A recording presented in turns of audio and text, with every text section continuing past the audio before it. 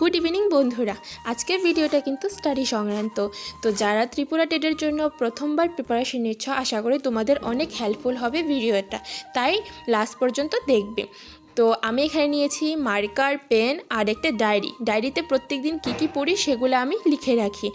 আর আমি প্রত্যেক দিন সিলেবাসের মধ্যে যে টপিকগুলো ইম্পর্টেন্ট এবং যা যা আমার পড়া হয়েছে সেগুলো আমি একটা মার্ক করে রাখি, যাতে বুঝতে সুবিধা হয় ইম্পর্টেন্ট টপিকগুলো আমি শেষ করতে পেরেছি কি পারিনি।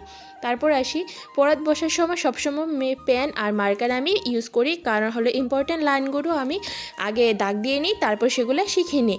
সো আগে চোখ বুলালে যে টপিকটা পড়ছো সেটা দুবার পড়া হয়ে যাবে এবং তোমার জন্য অনেক ইজি হবে।